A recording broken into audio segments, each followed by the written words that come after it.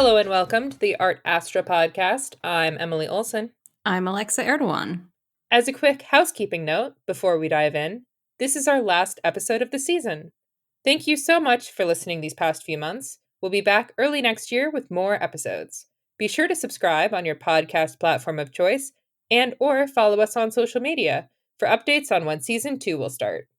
Also, this episode is particularly special because our next guest, Cassandra Hatton, was one of the very first to volunteer to speak with us when we first thought up this podcast back in 2021.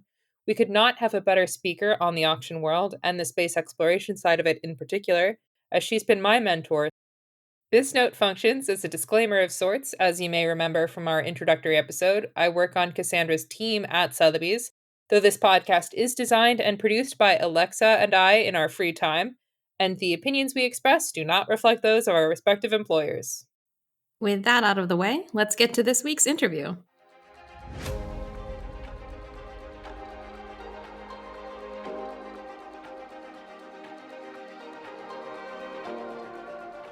And today we have a phenomenal guest with us. Cassandra Hatton is the global head of science and popular culture at Sotheby's Auction House in New York.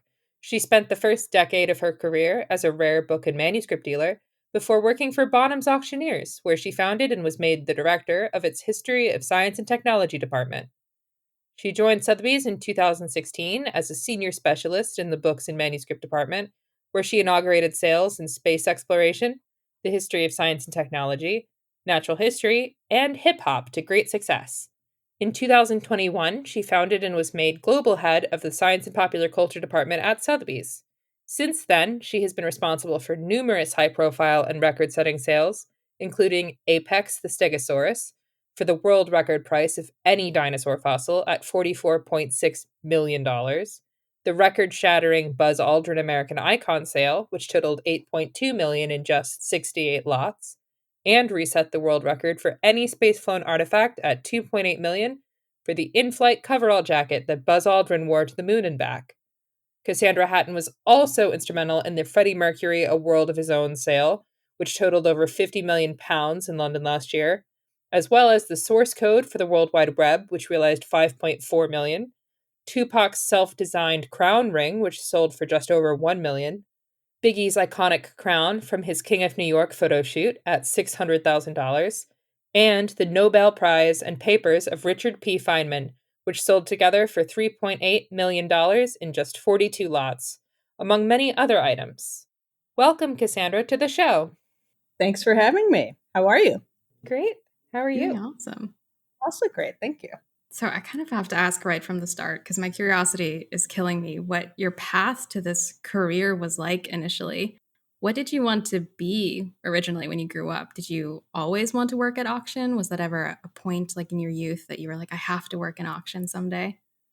No, I never even knew that auction was a thing, other than, this is going to date me, but the Micro Machine commercials when I was a kid. You have to be over a certain age to know this, where they sell these little toys and there's an auctioneer who's speaking really, really fast. But I did not know that that was a career or a job option at all. I grew up in a time when little girls were told that they had two choices for a career, to be a teacher or a nurse. And I thought, wow, that really sucks because I want to be an astronaut. And that's what I was always striving for when I was little, was I wanted to be an astronaut, until the Challenger disaster, which I was in second grade, and was the group of kids where they wheeled in the television set and we all watched it live on TV. So my career ambitions changed after that, and I wanted to be a jack of all trades. I wanted to know how to do everything. But yeah, auction was definitely not anything I had in mind. Mm-hmm. Wow, that must have been such a formative experience to go through that at such a young age and see that on television, the Challenger disaster. Absolutely. And it was right at the time there was a film called Space Camp that had come out, based on the actual space camp. And so every kid my age was obsessed with astronauts. Everybody wanted to be an astronaut. And then, collectively, we all watched this disaster happen at the same time. So, what did your career aspirations evolve to from after seeing that from astronaut? What did you want to do next? And like, how did that lead on your journey towards a career in auction? From there, I went through many different ambitions. I thought I wanted to get a PhD and be a professor. I wanted to write French textbooks. Yeah, I studied linguistics as an undergrad, and I was actually going to go do a PhD at UCLA in linguistics. I took a year off between undergrad and grad school to go work for a rare book dealer who specialized in the history of science. And 1 year turned into 2 years turned into 3. And after 3 years, I realized I didn't really want to be a linguistics professor, especially because at the time that I was looking at going to grad school, 2008 had just happened. The financial crisis had happened. And everybody I knew was going to graduate school because there were no jobs. And you could at least, get a TA-ship, get some kind of stipend, you could live. So I was surrounded by people who had PhDs that they didn't use, they weren't going to use, or that they hated at the end of the program. And so that also kind of influenced me. I thought, wow, this really isn't turning out to be what I thought it could be. I had this kind of grand dream of being this professor in this with an amazing office and a library and a cabinet of curiosities. And none of my friends were experiencing that. And I realized that I was. I was already experiencing that in my job as a rare bookseller. I was surrounded by 15th, 16th, 17th century manuscripts, alchemical manuscripts, physics, mathematics, early printed books.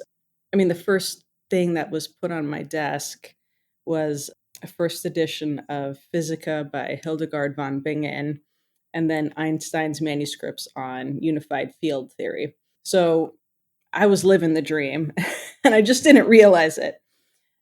And it kind of went from there. I got really sucked into that world. I spent 3 years working for this rare book and manuscript dealer, and then was approached to go run a rare book and manuscript business, like an open shop in Los Angeles, where I learned how to run a business. I was in charge of hiring, all of the buying, all of the payroll, paying all the bills, signing the checks, getting in the inventory, selling the inventory, building the database, building the website. I mean, you name it. It was basically my own business. I ran it for someone who liked the idea of having a rare bookshop, but didn't want to actually do any of it. And we had a conversation one day where he said, "Look, Cassandra, we're just going to pretend like it's yours. So if the shop makes money, you'll make money. If it doesn't make money, you're out of a job. And so is everybody else." So it was an amazing crash course in business and entrepreneurship. And I did that for 5 years. And then I started my own business. While going to grad school, I decided to go get a master's in history of science. I had my own business for about a year and was approached by Bonhams auctioneers. I was living in Los Angeles at the time, and I would go and I would buy inventory at auction at Bonhams to sell. And the people I worked with, one of whom I, recently joined our team at Sotheby's, Adam Stackhouse, he and his colleague Catherine Williamson, mentioned, "We're looking for somebody in New York. We need a senior specialist in books. Do you know anybody?" And I thought, maybe, maybe I do. And then a couple of my friends had emailed me and said, "This looks like a really interesting job. It's in New York. You should apply." So I did, and they hired me, and they moved me across country. And that's how I transitioned to the auction world. So I've seen both sides of this kind of business where you could be a dealer, you're buying inventory, you're selling inventory, to being an auctioneer. And I've kind of figured out a way to blend those two mindsets into one. So it's definitely not something that I thought I would be doing. It's not a career that I could have gotten a degree in. I don't think that if I had set out to work in the auction business, that I would have ended up in the auction business. And something I like to joke about with people is that I did actually apply to both Sotheby's and Christie's when I graduated from college, just on a lark, like I need a job. And they both deleted my application. Like my resume was never read. So it was, it was a career that I had to kind of hike and find the trail to. The trail was not already there. It sounds to what you mentioned before about wanting to be a jack of all trades just served you really, really well at each step of that journey. I have a follow-up question. So you were working in rare books and manuscripts. How did you get into the space artifact market? When I joined Bonhams, I was hired to replace a specialist who was moving back to London. And he was a books and manuscript specialist. He had been doing space sales with a consultant. And so when I joined, they said, "Guess what, Cassandra? You're the space specialist now." And I said, "What? I don't know anything about space exploration." You know, but despite wanting to be an astronaut when I was a kid, like, I did not have any expertise in this area. And I take expertise very seriously. It's not something you can't just Google the answers. Like, you really have to have the experience and the background and such. So for the first half of my life was incredibly motivated by the fear of failure. So I went and I read everything I could, looked and read every auction catalog, looked up everything that had ever sold, read all of the books, and put together a sale. And I think something that has been useful is having a skill, and I think this is something that everybody should master, is how do you map what you already know onto something else that you want to be doing? How do you transfer those skills? And one thing I noticed in the space exploration area is a lot of the important artifacts, the flown artifacts, were paper materials. They were books, they were flight plans, they were flight logs. I knew how to do the deep, serious bibliographical research on books. I was trained on Galileo and Newton and Darwin and Einstein. Like, these are very serious academic works that many, many scholars had written on, and there's a very formal way to approach studying and describing those objects. So I took the exact same approach that I did for, a first edition of The Origin of Species to flown flight plans. And I saw that nobody had done that before, because previously the people who had sold these things were enthusiasts, clearly knew about the subject matter, but did not have a background in how to formally, accurately, academically describe an object like that. So that's how I was able to kind of move over in that direction, as I started kind of with the paper materials and then figured it out from there. Over the course of your work in the space field afterwards, I always hesitate to ask you to pick favorites, but do you have a favorite space artifact or maybe a few that you've sold in your time there? I think that I would have to say generally the flown artifacts, or the flown kind of flight plans and documents. And that's because over the course of 12 years now selling space flown artifacts, I realized that they're all kind of a puzzle.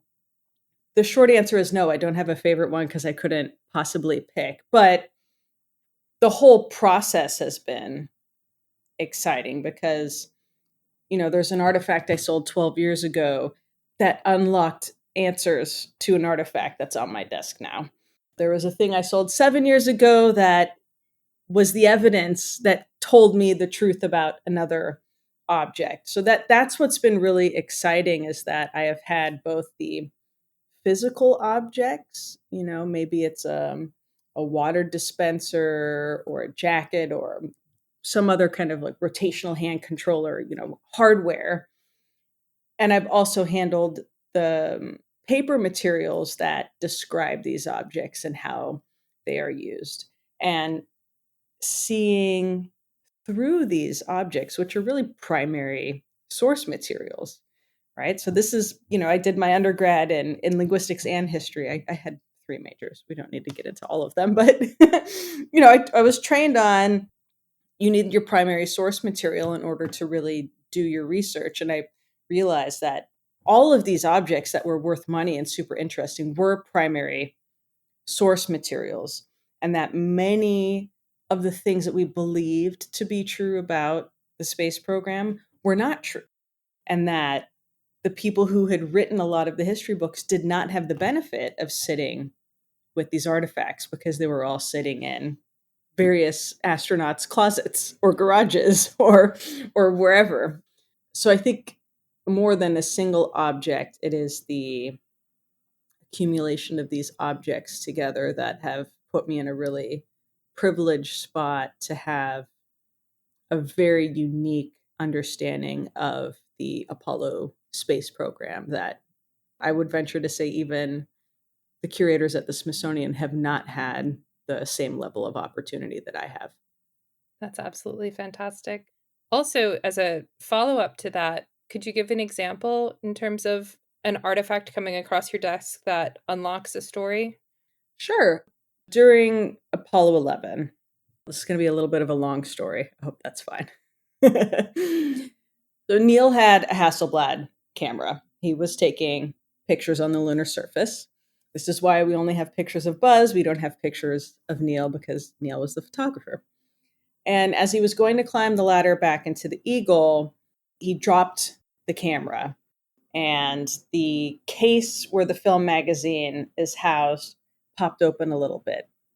And what he didn't realize is a bunch of moon dust got into the film magazine. When they came back and the astronauts had to go into quarantine, they took the film magazines and gave them to this young man who was the film processor. And so he's opening things up and, taking the film magazines out and getting ready to process them. And he opens this one and a big cloud of moon dust hits him in the face, like, and everybody starts freaking out. Oh my God, because they didn't know what was going to happen with moon dust. Is it diseased or are we all going to crumble because we breathe it? Who knows? So he's got moon dust all over his hands, all over his body. They put him into quarantine with the Apollo 11 astronauts. So he's in there for weeks with these guys. They have to strip him naked and put him through a bleach shower or whatever kind of decontamination shower it is.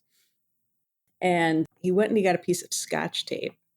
And before they put him through decom, put his finger on the Scotch tape so he could keep some of this moon dust. Now I'm going to try to make this as clear as possible because this is just like a spider web that took me a little while to unravel. So there's that piece of tape. He goes into quarantine. After he gets out, he gets to go back and process the film. The film magazines were in this bag. And inside the bag was a little note from Buzz that says, okay, these are film magazines, MNP. Process them in this order. This one is the moonwalk photos. This is the approach. So the guy doesn't think anything of this paper. He shoves it in a pocket, follows the instructions, and that's that. Years and years later, he auctions off this poster. So the guys, Neil, Buzz, and Mike, made this really fun poster where they put pictures of him with the film magazines and they signed it, and it was really nice. He added the piece of tape with the moon dust on it. He kept the little sticker from the film magazine that had the moonwalk stickers or moonwalk photos and put that on the poster. And then the note that Buzz wrote to him saying, process the film in this order, is stuck on this poster. So he sells it at auction. I don't even remember. It might have been Regency Superior, one of these auction houses that doesn't really exist anymore.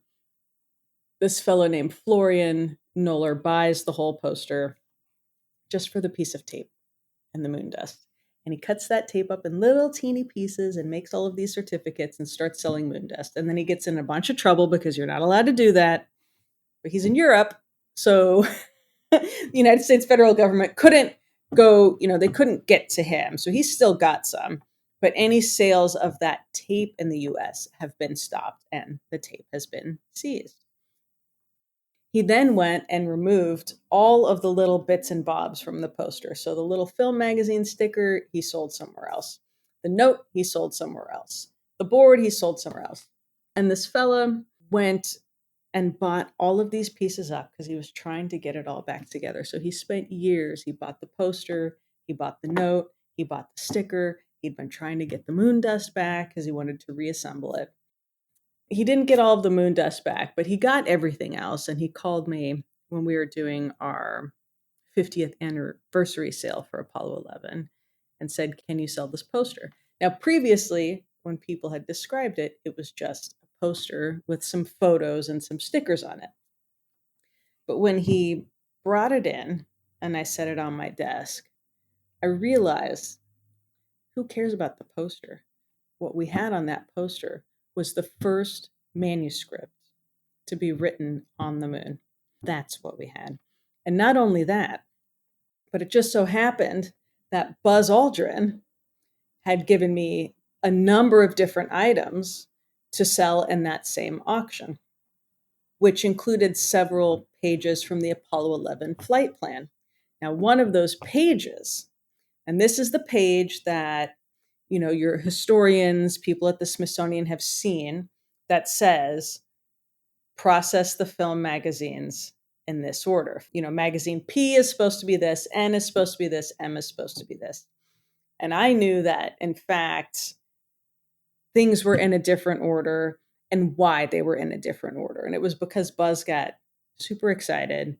The flight plan gave them step-by-step instructions on what they're going to do. But as you're approaching the moon, you're not paying attention to which film magazine you're getting. You're just going to grab one and stick it in the camera.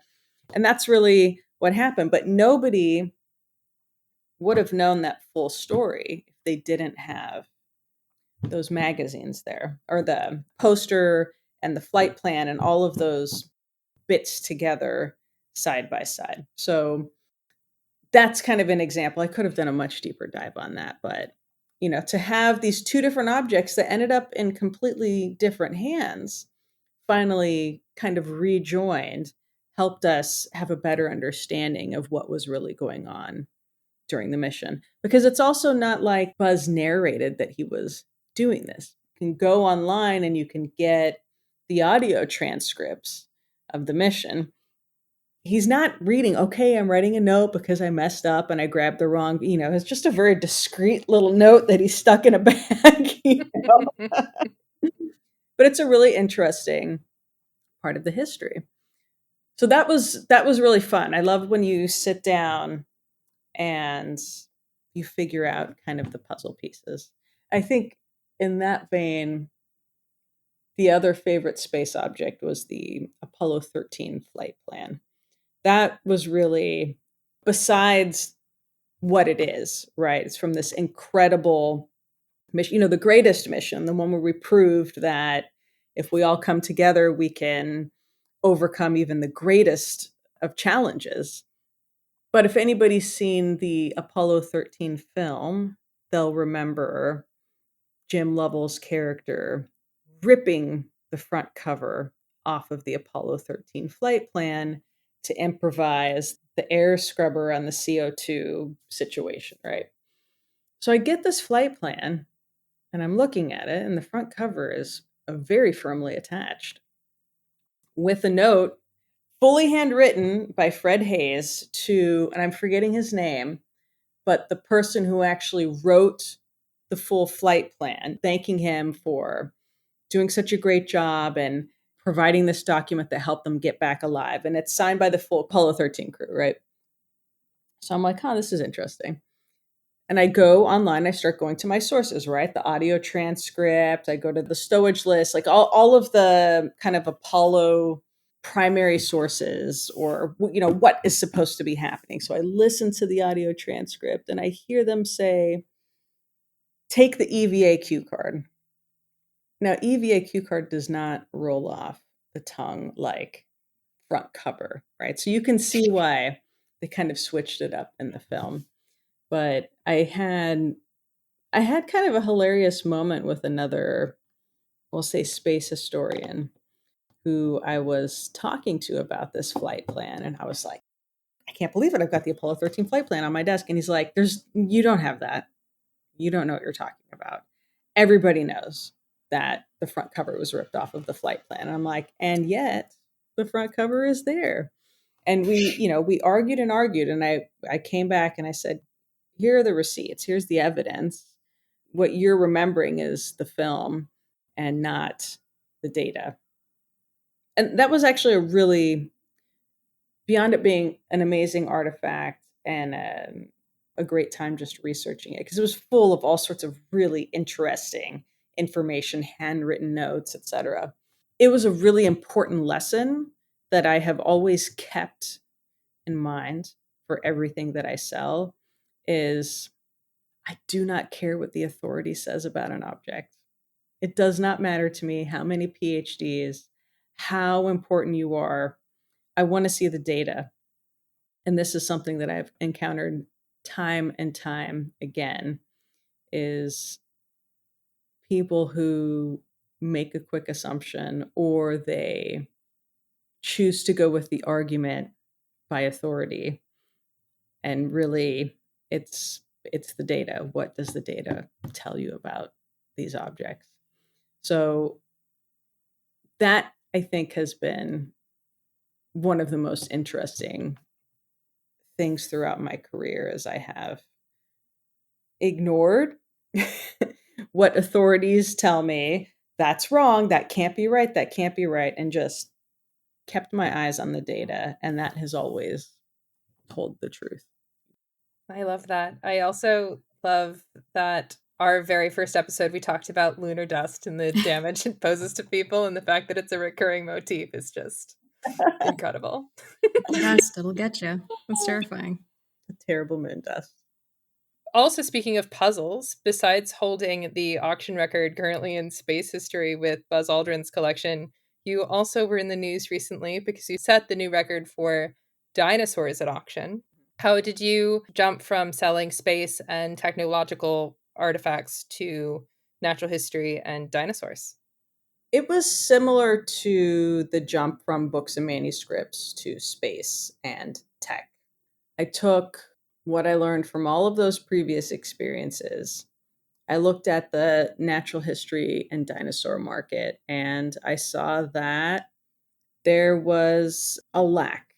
Not in amazing artifacts, there are incredible things out there, but I looked at who had previously been selling these artifacts, be it auction houses or dealers, and saw a real hole in how these things were described and documented.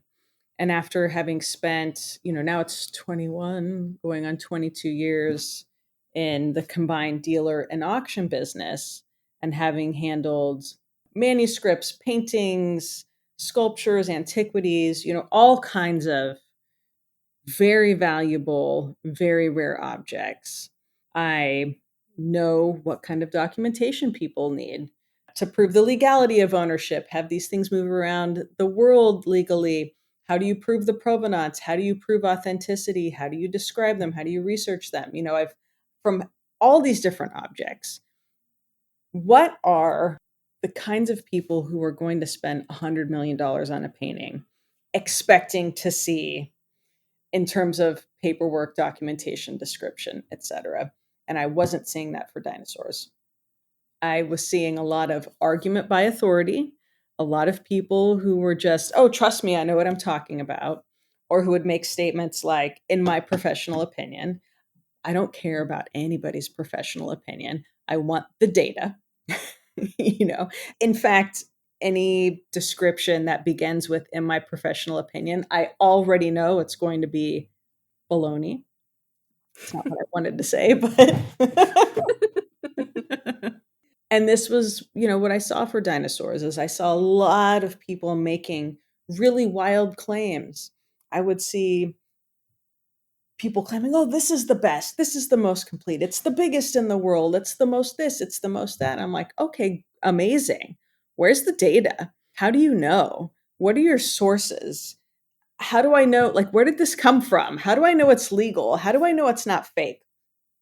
And nobody was providing those answers. They had all just been used to dealing in a world where people just kind of took them for their word. And I saw that there were, a lot of legal problems, a lot of people who had maybe overpaid for something. Well, at the same time, some really important artifacts that were being overlooked because they weren't being described in a way that people would take seriously. So I figured out how to start selling fossils. I started off small. I think I sold a Triceratops skull. And from the Triceratops skull, maybe I sold 2 Triceratops skulls. I just slowly but surely started adding fossils and kind of dipped my toe in the water. And eventually somebody agreed to let me sell their dinosaur, and it just kind of went from there. And like I've done for every auction, for every interview I've done, for every public speaking appearance, I go back and I obsessively analyze it. If I do a TV interview, I watch it 15 times. I take notes on the ums and the you knows and try to delete them from, how do I do this? I just said, oh, drives me nuts. So hard to get rid of them. But it takes time and it takes analysis. So I do the same thing for my auctions. I go back and I look at what went right, what went wrong, how can I improve? Can I catalog things better? Can I be more accurate? What didn't seem to be compelling to clients? Were there things that people weren't bidding on because they just weren't interesting? Or did I have the price wrong? Was the photo bad? Was the description wrong? And I've kind of done that obsessively for the past 20 years. There's, I think, always never feeling like it's perfect, never feeling like I've gotten it totally right, that there's always a way to improve, has been very helpful. And I think that's what led to us being able to sell the most expensive dinosaur to have ever sold, is that we took this seriously and the constant improvement seriously. And I think probably the most important, this is what I always tell my son, your number one competition is yourself. Don't look at what other people are doing. Don't worry about other dealers or other auction houses. With him, it's like, don't worry about the other soccer players on the field. Just try to beat yourself. Do better than you did last time. Do better than you did last time. And that really, I think, is the key to success in any field. Because otherwise you're just copying other people. If you're just trying to do what they're doing better than they did, that's boring and unoriginal. But if you are paying attention to yourself and doing your own thing, you come up with interesting things, you innovate, you improve. And I think that's what we do at Sotheby's. We do that, at least in our department. I'm especially struck by how big a proponent showing your work is in all of the sales that you've done, especially in the science and pop culture department, where, like, you were referencing the stowage lists, like doing the research of cross-referencing what artifact was on what mission at what time and in what vehicle. And it is one of those translatable skills that you mentioned earlier about, it's the same with dinosaurs in terms of following the objects through the paperwork and where they're coming from and what stages they're at as they're found versus when they get to market. Yeah. There are, I think, underlying principles that apply across the board.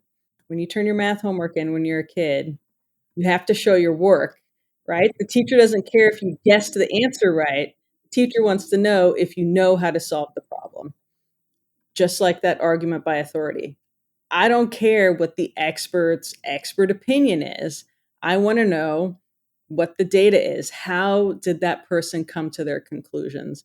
Because sometimes people come to the wrong conclusion. So I have always leaned on, hey, you don't need to believe me. The data is here. This is an objectively great thing. Apex was an objectively incredible dinosaur. And here's the data. Read the data. Every other incredible object that we've sold has been the same thing. And when I see an object being sold and that data isn't there, I immediately wonder why. That makes me suspect that something is up. Why would you hide the truth about something? With dinosaurs, why would you hide where it came from? Why would you not want people to know where it came from? Is there a reason? Are you hiding something? Usually the answer is yes. I do love that, though, that approach that evidence sort of usurps authority in the sense. And that like through line through not just the work that you and your folks do at Sotheby's and in the auction business, but also it sounds like in your personal life too, when you were talking about reviewing all the work that you yourself are doing and going back and taking notes on how to improve. You're like looking at data over and over again and optimizing always. It's the scientific method. It is the scientific method. I have to be true to what it is I do for a living. And I think it applies to everything. If you're cooking, you make a dish, it doesn't taste right, you go back, you review what you put in there that was funky, you try something different, you keep trying over and over again until you get it right. You do that for everything in life, you are going to be successful. There is no alternative. That is how you are successful at everything you do. You keep trying and trying and trying and trying and trying until you succeed. And that is something I didn't learn until I was in college. I always thought that you were just born successful. I was raised in a house that had the kind of fixed mindset. And so you were either born a genius or you weren't born a genius. And it wasn't until I was older that I learned, like, maybe I'd have to study a little bit or work hard on some things. In college, you're like, oh my God, I didn't just get an A on this exam. Is there something wrong with me? No, you have to work at it. So I learned then that failure is not an actual thing. Failure is just the choice not to keep trying. That's what failure is you choose to stop trying. If you keep trying, you will succeed. Sometimes it takes really, really long. If you're lucky, it won't take that long. No, I do love that a lot. I was going to ask you actually what advice that you might have for people who are sort of interested in that line of business, but it sounds like you provided some good pieces already. Are there any off the top of your head that you wanted to make sure we share? Yes. First, if a job does not exist, go make it. Because my career did not exist. As I was saying earlier, if I wanted to just go apply to my job, it wouldn't have been there. I had to actually create the department. I've had to fight for everything that I've achieved in my career. Nobody asked me if I wanted to do it. Nobody said, gee, Cassandra, you'd be great at doing this. We're going to let you do this. I had to go and demand it. I had to fight for it. I've had people say no throughout my career, and I would say, ignore those people. If they say you can't do it, find a way around it. If they close a door in your face, kick the door open. Make it happen. There will always be people who will try to stop you. Find a way around those people or plow them on down.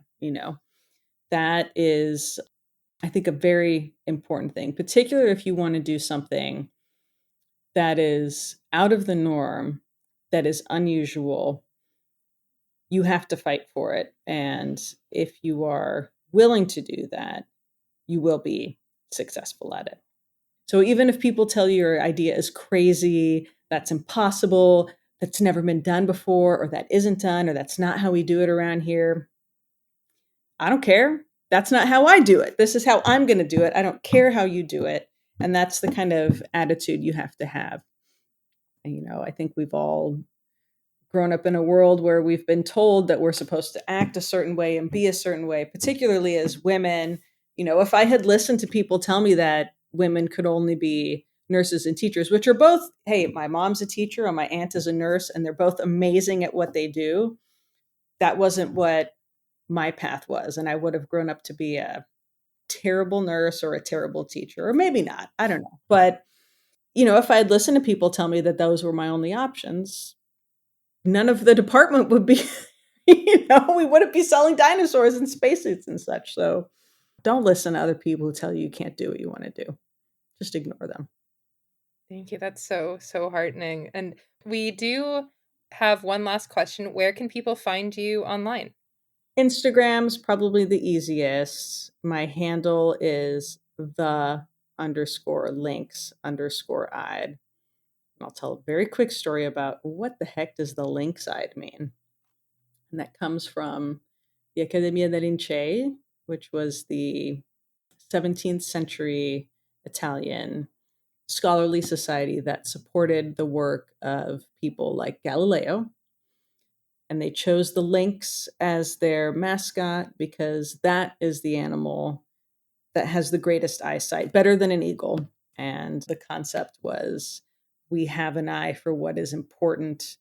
We find the evidence, we find the details, and that is what is important. And, my thesis was on Galileo, so I'm a little obsessed with him. But he was the person who did not accept authority. He went by the evidence that he saw in his telescope, and yet got him in hot water and tried before the Inquisition, but he changed the world. So there we go. The lynx-eyed. I love that.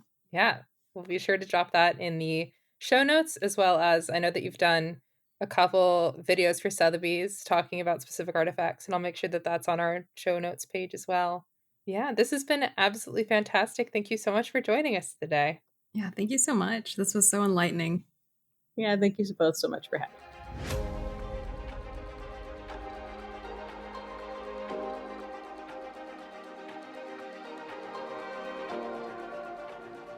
Thank you for listening to today's episode.